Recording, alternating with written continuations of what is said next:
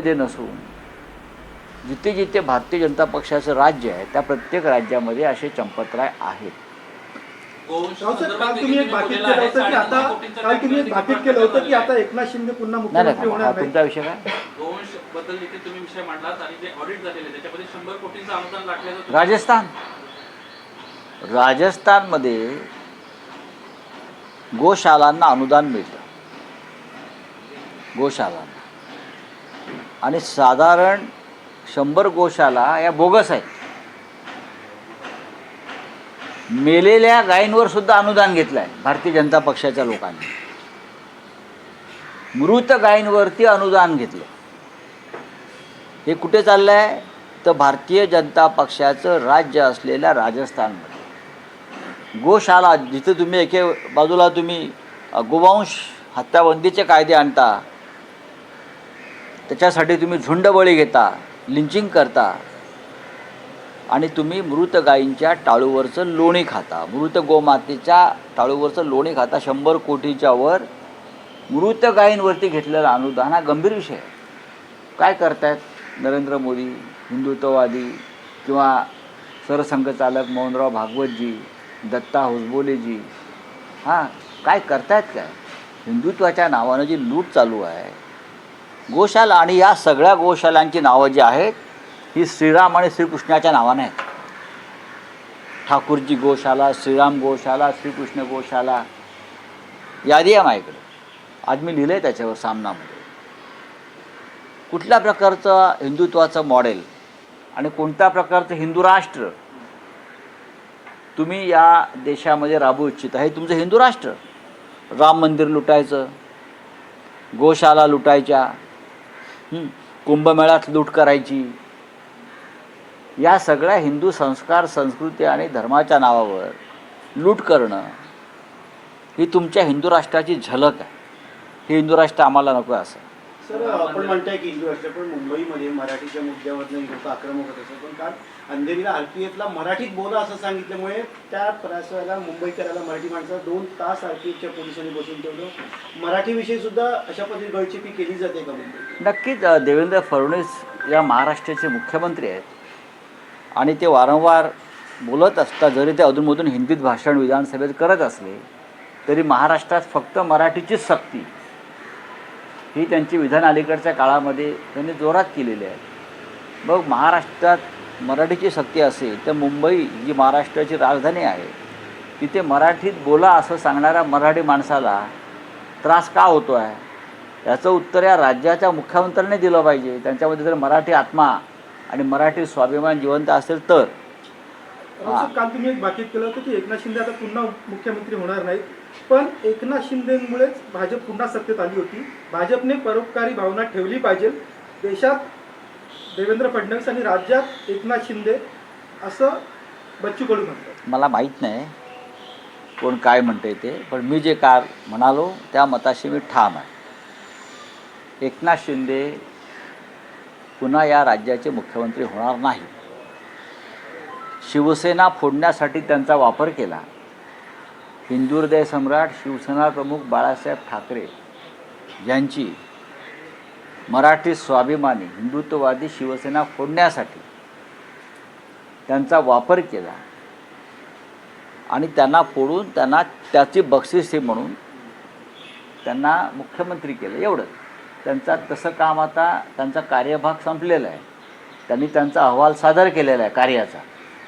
आता काय त्यांना परत कोणी मुख्यमंत्री करणार नाही.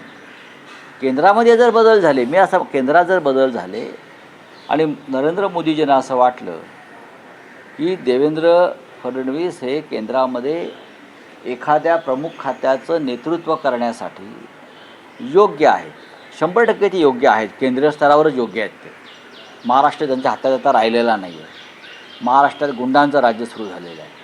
तर ते जर गेले, त्यांना अर्थ खातं मिळालं किंवा त्यांना HRD मिनिस्ट्री मिळाली तर फार महत्त्वाची खाती आहेत ती. आम्ही तर म्हणू त्यांना 2029च्या आधी प्रधानमंत्रीपद त्यांनी मिळवावं.